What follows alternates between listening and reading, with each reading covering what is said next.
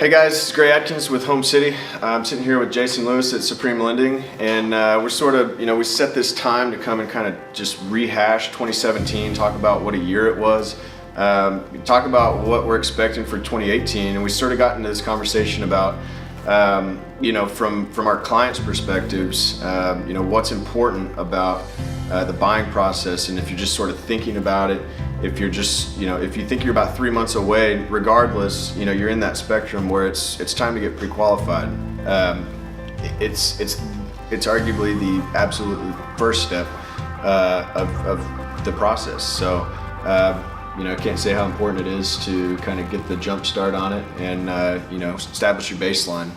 Absolutely. I know it can be a scary proposition for people as you're going to get pre-qualified. You're always thinking, well, I've got to pay a couple things down. I've got to get this in order before I go to that step. I don't want to do too soon. Mm-hmm. I think it's backwards in that thought, because that's really the first step. It's almost like a financial planner. Mm-hmm. It doesn't cost anything. You come to me, we'll see where you are credit-wise, where you are income-wise, and kind of get you on almost like a workout plan. Exactly. So, like you mentioned, you're sitting there and you're thinking about buying and you're like, okay, well, I've got to get this in order. I've got to do this. You're sort of trying to establish your own checklist, but there are other things that you might not be aware of. And so, kind of just getting right out of the gate, going through that pre-qualification process and getting a checklist. I mean, quite literally, yeah, it's a checklist. Absolutely. And then you've got a real clear path to, getting yourself where you want to be and buying a house. Absolutely. And I can't tell you how many times people come to me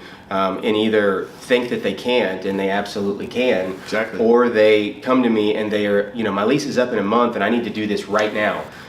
Even if they can, it's not putting them in the best position. If I had that conversation with them even 2 months prior, we could have worked some things where they pay a little bit more on this, pay a little less on that, and put them in a better position. Yeah. I mean, regardless, everyone sort of has an idea of where they're at, and, whether you're close or you're just really far away, that baseline, that pre-qualifications, it's going to give you, a clear path without a doubt to the things you have to do. Maybe you're 6 months out and you thought you could, like you said, you could buy a little earlier. Maybe you're close and you can afford a little bit more than you thought. It's just, you can't really operate without it. You're sort of just shooting from the hip. So when it comes to, what I do, we're sort of flying in the dark without some sort of, idea of what your budget is, plain and simple. We've got to have a parameter to work within, so. Okay, so I know we talked about getting pre-qualified. One of the things that comes to me a lot from clients is projections. What do is it a great time to buy? What does 2018 look like? And I like to defer that to my real estate partners. What do you foresee for 2018? So I think it's important to remember that, throughout, a process like this, it's a big decision, and, there's all kinds of things that you can get hung up on.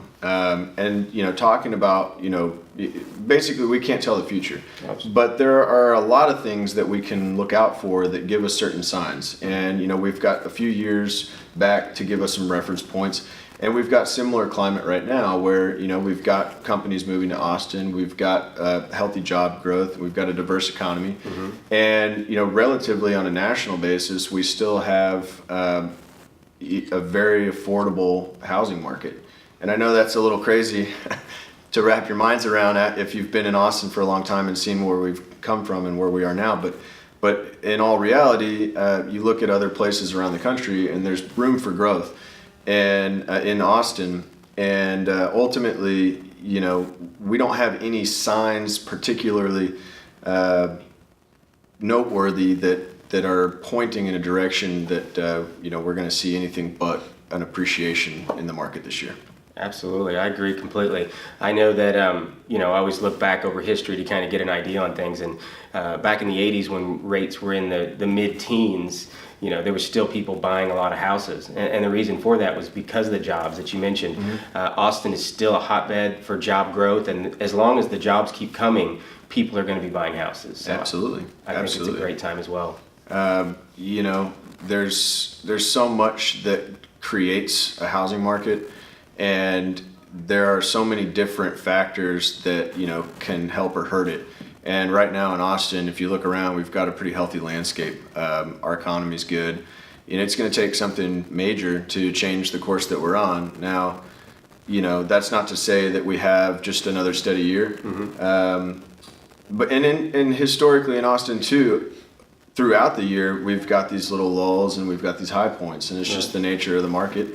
And but I think at the end of 2018, we're going to look back and we're going to see a similar sight than we are looking back on 2017 right now. Absolutely.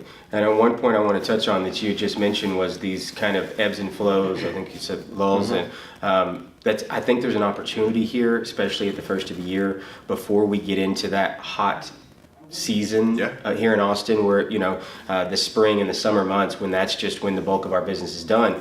You have less people looking for houses. You may have less people putting them on the market, but I think there's an opportunity now at the beginning of the year to get in and maybe find something and have less competition and able to get a better price than you would say down the road a little bit. Absolutely. I have that conversation with a lot of colleagues and a lot of clients too. And we talked about pre-qualification and how important that is to basically get your tool belt ready, because ultimately what you want to start doing if you're serious about it is looking in the wintertime. And the inventory is good, and there's a caveat in the spring because it gets better, but more buyers enter the market and it creates a lot of competition, like you mentioned. Absolutely.